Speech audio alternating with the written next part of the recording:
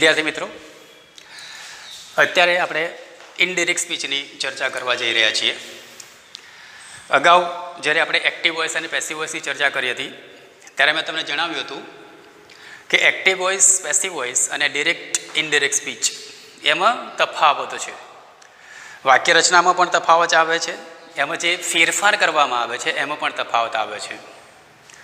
તો અહીંયા આપણે જ્યારે હવે ઇનડાયરેક્ટ સ્પીચની ચર્ચા કરવા જઈ રહ્યા છીએ ત્યારે અગત્યના મુદ્દાઓ કયા, આપણે સૌથી પહેલાં શું યાદ રાખવાનું છે અને કયા પ્રકારમાં ફેરફાર કરવાના છે એના વિશે આપણે ચર્ચા કરીએ છીએ. અને એ ચર્ચાની અંદર આપણે સૌથી પહેલો એક મુદ્દો લઈએ છીએ, ચેન્જ ઇન રિપોર્ટિંગ વર્બ. હવે રિપોર્ટિંગ વર્બ એટલે તમે આ ઇનડાયરેક્ટ સ્પીચ ગુજરાતીમાં પણ ભણ્યા છો અને ગુજરાતીમાં પણ ડાયલોગ આવે છે, બરાબર છે. હવે એ ડાયલોગની અંદર તમને લખેલો આવે છે, દાખલા તરીકે મોહન કહે છે, માલા કહે છે, બરાબર છે. તો એ જે કહે છે શબ્દ આપણે વાપરીએ છીએ ગુજરાતી ભાષામાં, એ ગુજરાતી ભાષામાં કહે છે શબ્દ આ બે ટપકા હોય છે એને આપણે કહીએ છીએ કહે છે, બરાબર છે. હવે એ જે કહે છે એને આપણે કહીશું રિપોર્ટિંગ વર્બ. મિત્રો બરાબર સમજવું, એને આપણે કહીશું રિપોર્ટિંગ વર્બ.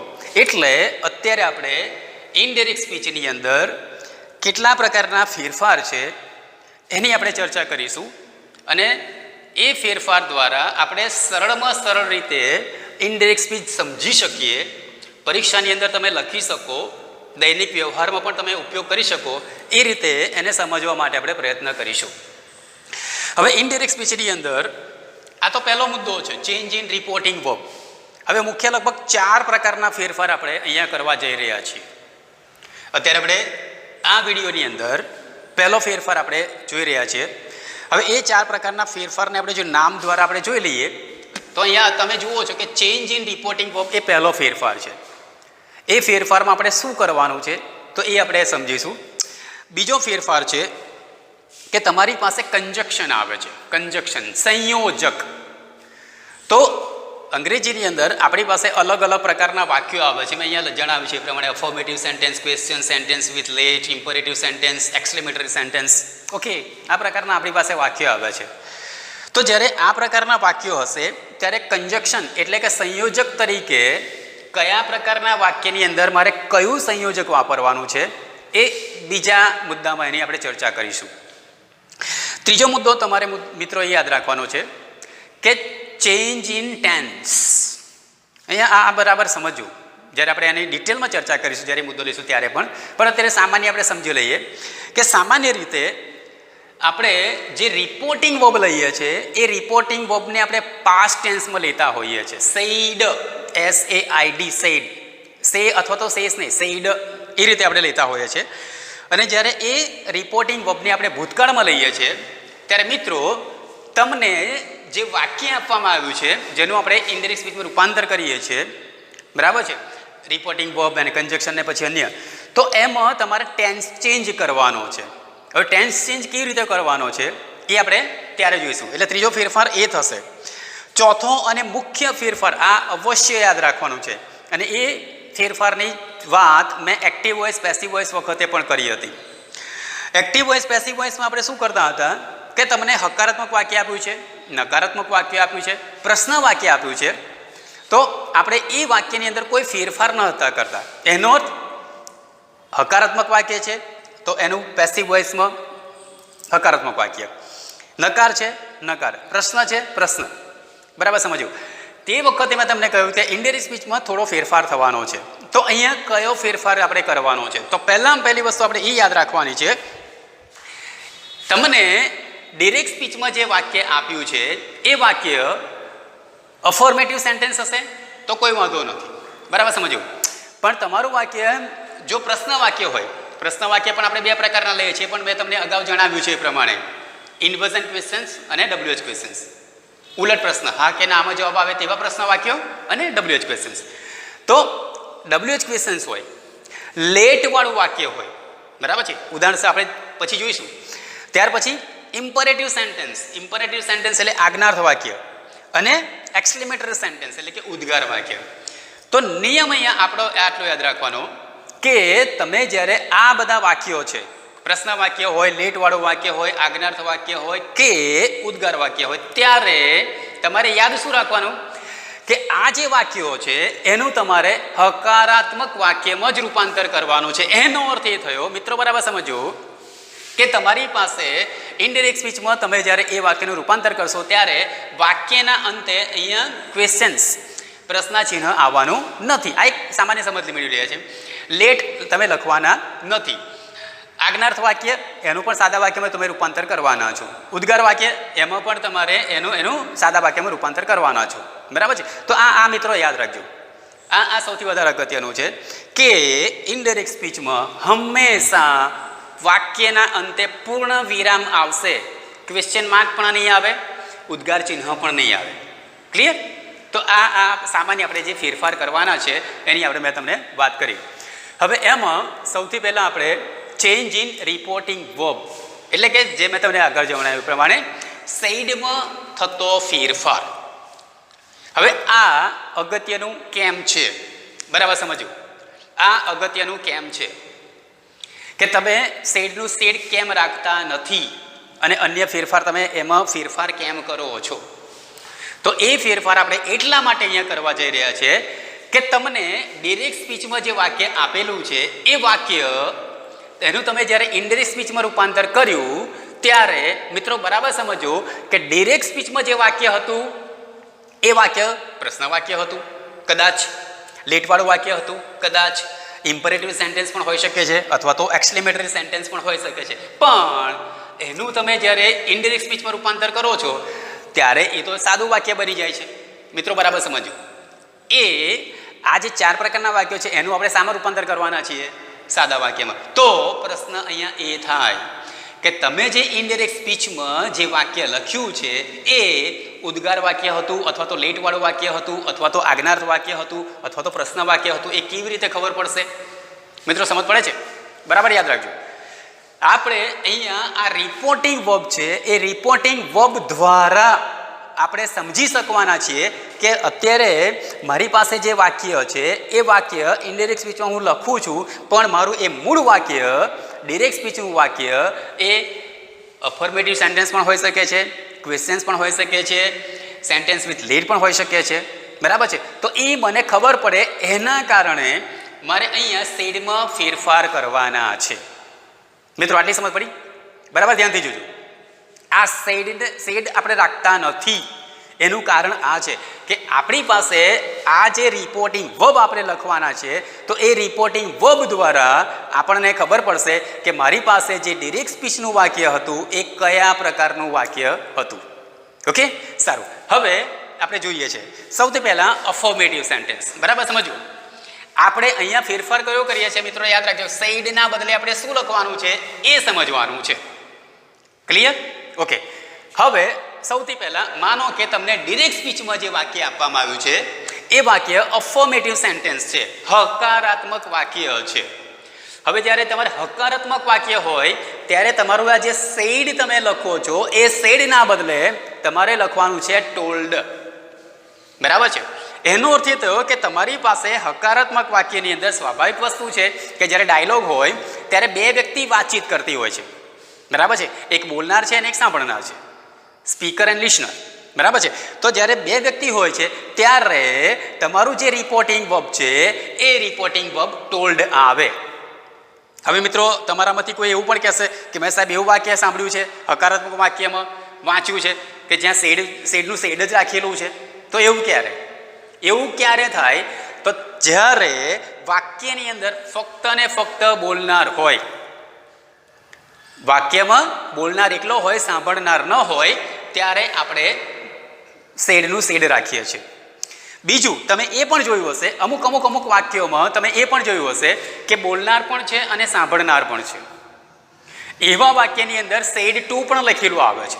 બરાબર છે. પણ આપણે શું કરવાના છીએ કે ઇનડાયરેક્ટ સ્પીચમાં તમે જ્યારે રૂપાંતર કરશો ત્યારે પહેલી વસ્તુ એ જોવાની કે તમને જે વાક્ય હકારાત્મક વાક્ય અફર્મેટિવ સેન્ટેન્સ આપેલું છે તો ત્યાં તમારે એ સેડના બદલે ટોલ્ડ લખવાનું છે. બરાબર યાદ રાખજો. એનો અર્થ એ થયો કે તમે ઇનડાયરેક્ટ સ્પીચ લખવાની શરૂઆત કરો છો તો કેવી રીતે શરૂઆત કરો છો? તો પહેલાં સ્પીકર આવે, બોલનાર આવે, ત્યાર પછી રિપોર્ટિંગ વર્બ હકારાત્મક વાક્ય છે એટલે મારે લખવાનું ટોલ્ડ, અને ત્યાર પછી સાંભળનાર. ખ્યાલ આવે છે? તો એનો અર્થ એ થયો કે અમારું આ સાદું વાક્ય હોય ત્યારે દાખલા તરીકે મોહન બોલનાર છે અને માલા સાંભળનાર છે, તો હું ઇનડાયરેક્ટ સ્પીચની શરૂઆત કરીશ મોહન ટોલ્ડ માલા. ક્લિયર? સેડનું મેં શું કર્યું? ટોલ્ડમાં રૂપાંતર કર્યું. કેમ? હકારાત્મક વાક્ય છે. બરાબર છે? એટલે હું શરૂઆત કરીશ ત્યારે આ પ્રકારે લખીશ મોહન ટોલ્ડ માલા. મોહન બોલનાર, પછી રિપોર્ટિંગ વર્બ ટોલ્ડ ઇનડાયરેક્ટ સ્પીચમાં, અને ત્યાર પછી સાંભળનાર. બરાબર? એટલે સેડનું આપણે શામાં રૂપાંતર કર્યું? ટોલ્ડમાં. તો ટોલ્ડ લખ્યું એટલે આપણે સમજી જઈશું કે મારું આ જે વાક્ય હતું, ડિરેક્ટ સ્પીચનું જે વાક્ય હતું, એ વાક્ય હકારાત્મક અથવા તો અફર્મેટિવ સેન્ટેન્સ હતું. બરાબર છે? નંબર 2, આમાં તો બહુ વાંધો નથી, ચલો સમજો, વાંધો નથી. પણ આપણી પાસે ક્વેશ્ચન આવે છે, પ્રશ્ન વાક્ય આવે છે. અને પ્રશ્ન વાક્ય આપણે જોયા છે 2 પ્રકારના છે. ઇન્વર્ઝન ક્વેશ્ચન, ઉલટ પ્રશ્ન. સામાન્ય ભાષામાં જેને આપણે કહીએ છીએ કે જે પ્રશ્ન વાક્યનો જવાબ હા કે નામ આવે, ઇન્વર્ઝન ક્વેશ્ચન્સ. એટલે ઇન્વર્ઝન ક્વેશ્ચન હોઈ શકે છે, અને બીજું શું હોઈ શકે છે? WH ક્વેશ્ચન્સ, જેનો જવાબ કદી હા કે નામ ન આવે. તો હવે આપણે જોઈએ છે કે તમારી પાસે જ્યારે પ્રશ્ન વાક્ય હોય ત્યારે આપણે શું કરીશું? પ્રશ્ન વાક્ય હોય ત્યારે શું કરવાનું છે? બરાબર મિત્રો, યાદ રાખવાનું કે તમારી પાસે જ્યારે પ્રશ્ન વાક્ય હોય એ ઇન્વર્ઝન ક્વેશ્ચન હોય કે WH ક્વેશ્ચન હોય, ઉલટ પ્રશ્ન હોય કે WH ક્વેશ્ચન હોય, ત્યારે તમારે આ સેડના બદલે તમારે લખવાનું છે આસ્ક્ડ. બરાબર સમજો? આસ્ક્ડ એટલે પૂછવું. આસ્ક્ડ એટલે શું? To ask, ASK. To ask એટલે પૂછવું. તો પૂછવું એટલે શું? પૂછીએ એટલે શું કરીએ છીએ આપણે? પ્રશ્ન પૂછીએ છીએ. બરાબર છે? તો મારે હવે આ સેડના બદલે પ્રશ્ન વાક્ય હશે, ગમે તે પ્રશ્ન વાક્ય, ઇન્વર્ઝન કે WH, ત્યારે હું સેડના બદલે શું લખીશ? આસ્ક્ડ. હવે મિત્રો બરાબર સમજ્યું? હવે હું અહીંયા આસ્ક્ડ લખતો નથી. માનો કે હું અહીંયા આસ્ક્ડ લખતો નથી, ભૂલી ગયો, આસ્ક્ડ લખતો નથી અને સીધું મેં ટોલ્ડ જ લખી દીધું, તો મારું આ વાક્ય કેવું થઈ જશે? Affirmative sentence. મને કેવી રીતે ખબર પડશે કે મારું આ વાક્ય પ્રશ્ન વાક્ય હતું? સમજ પડે છે? એટલે તમારે આ આસ્ક્ડ શબ્દ છે પાસ્ટ ટેન્સમાં, આસ્કનું આસ્ક્ડ, ASKED. તો આ આસ્ક્ડ ઉપરથી ખબર પડશે કે તમારું જે ડિરેક્ટ સ્પીચમાં વાક્ય હતું એ વાક્ય પ્રશ્ન વાક્ય હતું. કારણ મેં તમને આગળ અમે કહ્યું છે એ પ્રમાણે, અને પછી જ્યારે આપણે ચર્ચા પણ કરીશું આપણે કે ઇનડાયરેક્ટ સ્પીચની અંદર કદી આપણે પ્રશ્ન ચિહ્ન મૂકવાના નથી, વાક્યના અંતે પ્રશ્ન ચિહ્ન મૂકવાના નથી, સાદું વાક્ય જ બનાવવાના છીએ. હવે સાદું વાક્ય તમે બનાવવાનો છો, પ્રશ્નાર્થ ચિહ્ન તમે મૂકવાના નથી, અને તમે ટોલ્ડ મૂકી દો તો એ સાદું વાક્ય થઈ જાય. તો તમને કેવી રીતે ખબર પડશે કે મારું આ વાક્ય પ્રશ્ન વાક્ય હતું? મિત્રો બરાબર સમજ પડે છે? એટલે આટલી વસ્તુ યાદ રાખવાની કે તમારી પાસે જ્યારે પ્રશ્ન વાક્ય હોય ત્યારે તમારા જે રિપોર્ટિંગ વર્બ સેડ છે એ સેડના બદલે તમારે શું મૂકવાનું છે? આસ્ક્ડ. હવે પછી એવો પ્રશ્ન ન પૂછો કે સાહેબ પ્રશ્ન વાક્ય કેમ નહીં ખબર પડે? સિમ્પલ, વાક્યના અંતે શું હોય? પ્રશ્નાચિહ્ન. બરાબર છે? તો વાક્યના અંતે પ્રશ્નાચિહ્ન હોય ત્યારે તમારે સેડના બદલે આસ્ક્ડ લખવાનું છે. આ બીજી વસ્તુ, પ્રશ્ન વાક્ય હોય ત્યારે. ત્રીજું, ઘણા વાક્યો આપણે લેટ વડે શરૂ કરતા હોય છે, લેટવાળા વાક્યો હોય છે, જેમ કહે છે ને સેન્ટેન્સ વિથ લેટવાળા વાક્યો. બરાબર છે? દાખલા તરીકે લેટ્સ ગો ટુ સ્કૂલ, એટલે લેટવાળું વાક્ય હોય. હવે જ્યારે લેટવાળું વાક્ય હોય ત્યારે આપણે શું કરવાનું છે? બરાબર સમજો? લેટવાળું વાક્ય હોય ત્યારે આપણે સ્વાભાવિક વસ્તુ છે કે મેં તમને અગાઉ જણાવ્યું એ પ્રમાણે લેટ આપણે ઇનડાયરેક્ટ સ્પીચમાં મૂકવાના નથી. બરાબર છે? હા, એ કદાચ આપણે મૂકીએ છીએ પણ ક્યારે? નોટવાળા વાક્ય પણ બહુ ઓછું મૂકીએ છીએ. બરાબર છે? એ આપણે પછી જોઈશું. પણ સામાન્ય રીતે મારે જ્યારે લેટવાળું વાક્ય હશે ત્યારે હું શું કરીશ? બરાબર સમજો? મારું આ ઇનડાયરેક્ટ સ્પીચમાં મેં રૂપાંતર કર્યું છે.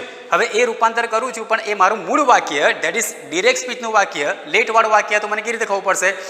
તો એના માટે મારે શું કરવાનું છે કે જ્યારે તમારું વાક્ય, ડિરેક્ટ સ્પીચનું વાક્ય લેટથી શરૂ થતું હોય, મેં તમને કહ્યું let's go to school, let's play cricket, બરાબર છે, ત્યારે તમારે શું કરવાનું છે કે એ સેડ જે રિપોર્ટિંગ વર્બ છે એના બદલે તમારે સજેસ્ટેડ ટુ અથવા પ્રપોઝડ ટુ આ મૂકવાનું છે. મિત્રો બરાબર સમજો? તમારી પાસે અહીંયા બે વિકલ્પ છે. કાં તો તમે સજેસ્ટેડ ટુ પણ મૂકી શકો છો, અને તમને જો સજેસ્ટેડ ટુ યાદ ન રહે તો તમે પ્રપોઝડ ટુ પણ તમે મૂકી શકો છો. બરાબર છે. તો હવે જ્યારે હું ઇનડિરેક્ટ સ્પીચમાં તમારું લખેલું વાક્ય જોઉં, પરીક્ષામાં પૂછાયું, અને તમે જે લખ્યું છે સજેસ્ટેડ ટુ અથવા તો પ્રપોઝડ ટુ, ત્યારે હું સમજી જઈશ કે તમને ખબર છે કે મારું આ જે વાક્ય હતું, ડિરેક્ટ સ્પીચનું વાક્ય હતું, એ લેટવાળું વાક્ય છે. બરાબર છે. તો લેટવાળું જ્યારે આપણી પાસે વાક્ય હોય છે ત્યારે આપણે સજેસ્ટેડ ટુ અથવા તો પ્રપોઝડ ટુ મૂકવાના છીએ. ક્લિયર? બરાબર સમજવું? આપણે શાંતિથી સમજવા માટે પ્રયત્ન કરીએ છીએ, પણ આ બેઝ છે, પાયો છે. બરાબર છે. એટલા માટે આ તો હવે આ લેટવાળું વાક્ય આપણું હતું. બરાબર સમજો? લેટવાળું વાક્ય હતું, પણ એ મને હવે સજેસ્ટેડ ટુ અથવા તો પ્રપોઝ ટુ ખબર નથી અને હું ટોલ્ડ મૂકી દઉં તો મારું વાક્ય સાચું કહેવાય ન કહેવાય? કેમ? કારણ કે ટોલ્ડ તો આપણે સાદા વાક્યમાં મૂકીએ છીએ. તમારી પાસે સ્પષ્ટ ક્રિયાપદ તમને આપવામાં આવે છે, રિપોર્ટિંગ વર્બ આપવામાં આવે છે કે તમારે લેટવાળું વાક્ય હોય ત્યારે તમારે કાં તો સજેસ્ટેડ ટુ અથવા તો પ્રપોઝડ ટુ મૂકવાનું છે. બરાબર છે. આગળ હવે આગળનું વાક્ય માનો કે આજ્ઞાર્થ વાક્ય છે, ઇમ્પરેટિવ સેન્ટેન્સ. આજ્ઞાર્થ વાક્ય, આજ્ઞાર્થ વાક્ય પણ આપણને ખબર છે. આજ્ઞાર્થ વાક્ય એટલે શું? કે જે વાક્યની શરૂઆત ક્રિયાપદથી થાય. નહીં, તમારા વર્ગની અંદર તમે બેસો છો, ટીચર આવે છે, સબ્જેક્ટ ટીચર આવે છે, અને સબ્જેક્ટ ટીચર આવે છે એટલે તમે ઊભા થઈ જાઓ. That is respect. બરાબર છે. તમે ઊભા થાવ છો. શિક્ષક શું પછી તમને કરે છે? શિક્ષક શું કહે છે? Sit down. તમને શું કહે છે? Sit down. તો આ સિટ ડાઉન છે એ વાક્યને આપણે કયું કહીશું? આજ્ઞાર્થ વાક્ય. કારણ કે એમાં શરૂઆત નથી થઈ, SIT, સિટ. સિટ એ ક્રિયાપદ છે. બરાબર છે. કદાચ તમારા શિક્ષક તમને પ્રશ્ન પૂછે અને તમને કોઈને પ્રશ્ન પૂછે ને પછી જવાબ આપવાનું થાય તો એને પહેલાં કહે છે સ્ટેન્ડ અપ. Stand up. બરાબર છે. સ્ટેન્ડ અપ આપણે જે કહે છે, સ્ટેન્ડ અપ એટલે ઊભા થાવ. તો આ સ્ટેન્ડ ક્રિયાપદ છે. ઓકે. તો આજ્ઞાર્થ વાક્ય જ્યારે હોય છે ત્યારે આજ્ઞાર્થ વાક્યની શરૂઆત ક્રિયાપદથી થાય. બરાબર છે. તો આજ્ઞાર્થ વાક્ય હોય ત્યારે મારે શું કરવાનું છે? જ્યારે બરાબર મિત્રો સમજો, વાક્યમાં આજ્ઞાર્થ વાક્ય હોય, આજ્ઞાર્થ વાક્યની શરૂઆત મેં તમને જણાવી છે એ પ્રમાણે ક્રિયાપદથી થતી હોય છે. અને જ્યારે આજ્ઞાર્થ વાક્ય હોય ત્યારે મારે આ શેડના બદલે શું લખવાનું છે? એ વાક્ય કયા પ્રકારનું છે. દાખલા તરીકે માનો કે તમે વર્ગખંડમાં બેઠા છો અને તમારે લખવાનું છે. હવે તમારી પેન અટકી છે, પૂરી થઈ ગઈ, તમારી પાસે બીજી પેન નથી, તો તમે તમારા મિત્ર પાસેથી શું કહેશો? મિત્રને શું કહેશો? પ્લીઝ મને પેન આપો ને. બરાબર છે. તમારો ટોન આ પ્રકારનો હશે. બીજું આ જ વાક્ય, એ પેન આપ, એ આપણે કહી શકીશું? ના, કારણ કે આપણે માગવાની છે, આપણે મદદની જરૂર છે. બરાબર છે. એટલે આપણે શબ્દ વાપરીશું please. Please give me a pen. Okay. તો વાક્ય આજ્ઞાર્થ વાક્ય છે, ક્રિયાપદથી શરૂઆત થાય છે, પણ એ આજ્ઞાર્થ વાક્ય પાછું અલગ અલગ પ્રકારનું હોય છે. તો એમાં અલગ અલગ પ્રકારના આજ્ઞાર્થ વાક્યની અંદર અલગ અલગ પ્રકારે શબ્દો તમારે ક્રિયાપદ મૂકવાના થાય છે. બરાબર છે. તો દાખલા તરીકે મેં તમને જણાવ્યું એ પ્રમાણે કે તમે કોઈની પાસે મદદની અપેક્ષા રાખો છો તો ત્યાં શું લખવું પડશે? તમારે રિક્વેસ્ટેડ. બરાબર સમજો? અત્યારે આપણે શાની ચર્ચા કરીએ છીએ? આજ્ઞાર્થ વાક્યની. આજ્ઞાર્થ વાક્ય હોય ત્યારે શેડના બદલે મારે શું લખવાનું છે? જો હું વિનંતી કરતો હોઉં, પ્લીઝ શબ્દ છે દાખલા તરીકે, તો મારે શું લખવું પડશે? રિક્વેસ્ટેડ. બરાબર છે. અથવા તો તમે પ્રિન્સિપલ સાહેબની કેબિનમાં જાઓ અને પ્રિન્સિપલ સાહેબની કેબિનમાં તમારી કંઈ ફરિયાદ હોય તો એ તમને શું કરશે? પનિશમેન્ટ આપશે, ગુસ્સો થઈ જશે. બરાબર છે. અથવા તો તમને કોઈ કામ કરવાનો હુકમ કરશે તો ત્યાં તમને આ ઓર્ડર્ડ શબ્દ તમે મૂકી શકો. ઓર્ડર એટલે હુકમ કરવું. ખ્યાલ આવ્યો? એટલે કહેવાનો અર્થ શું છે? આજ્ઞાર્થ વાક્ય પણ આપણે અલગ અલગ પ્રકારના હોય છે. તો એ વાક્યનો પ્રકાર સમજીને, વાક્યનો ભાવ સમજીને આપણે શેડના બદલે રિક્વેસ્ટેડ, ઓર્ડર્ડ, બરાબર છે, આ બધા પ્રકારના આપણે શબ્દો વાપરીશું. ઘણા બધા શબ્દો છે, એની પર આપણે પછી ચર્ચા કરીશું. ઓકે. તો આજ્ઞાર્થ વાક્ય હશે ત્યારે મારે શું લખવાનું છે?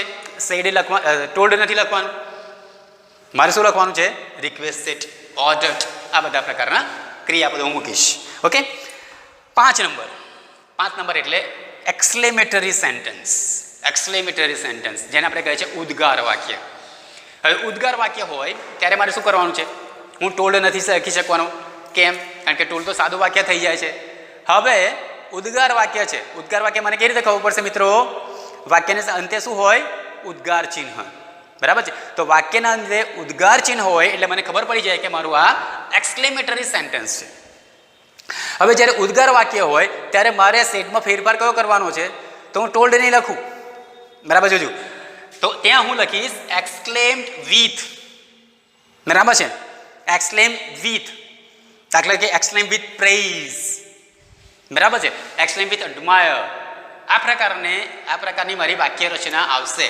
બરાબર છે. તો કહેવાનો અર્થ અહીંયા આ છે કે જ્યારે તમારે એક્સક્લેમેટરી સેન્ટેન્સ હોય છે, ઉદ્ગાર વાક્ય હોય છે, ત્યારે તમારે આ સેડ કે ટોલ્ડ એવું કશું લખવાનું નથી. એના બદલે તમારે એક્સક્લેમ્ડ વિથ લખવાનું છે. હવે મિત્રો કદાચ વિથ પછી તમને વાક્યનો ભાવ ખબર ન પડે, બરાબર, તો તમે શું કરશો? એટલીસ્ટ એક્સક્લેમ શબ્દ તો તમારે મૂકવો પડે. તો એક પરીક્ષક તરીકે હું સમજી શકું કે ઓકે, આ વિદ્યાર્થીને એટલી તો ખબર છે કે ડિરેક્ટ સ્પીચનું જે વાક્ય હતું એ કયું વાક્ય હતું? Exclamatory sentence. અને એ વિદ્યાર્થીને કેવી રીતે ખબર પડી? તો એણે લખ્યું છે એક્સક્લેમ્ડ. બરાબર છે, ઈડી ડ. તો મિત્રો આટલી આ પહેલી આપણી પ્રાઇમરી સમજ છે.